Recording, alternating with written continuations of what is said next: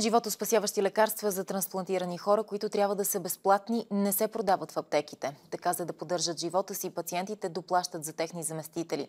В същото време Касата отговаря за плащането на препарати, които не съществуват в дистрибуторската мрежа. Дори и лечението на трансплантиран с определен препарат да е успешно, когато Здравното министерство подписва договор за по-евтино лекарство, Касата започва да плаща за него.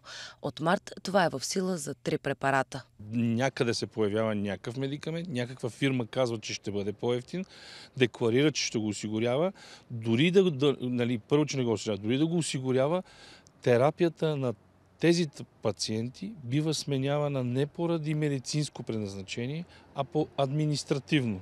У нас трансплантираните са 500 души. От приема на лекарствата зависи функционирането на дадения орган. Затова промяната на терапията с различни препарати е рискова. Всеки ден трябва да приемам имуносупресори, така се казват тези лекарства, които са до края на живота. Се пият. Много е важно да се приемат точно по часове, за да не се отхвърли бъбрека. Януари месец потърсихме генеричния продукт на Сандимон, просто от любопитство. Попитах в аптеката. Не знаеха за Екорал, дори не беше чувал аптекаря. Дали 2 месеца след актуализацията на лекарственият списък този препарат, заедно с още 2 нови, Мифенакс и Такми, са вече в аптеките. Да проверим. Няма го в номенклатурата, въобще не излиза. Не, Мифенакс па има. Ма няма. Не. Имат го в номенклатурата, но го няма. Така безплатните лекарства на практика са само в списъка за Касата, но не и в аптеките. Тези 3 медикамента изобщо не съществуват.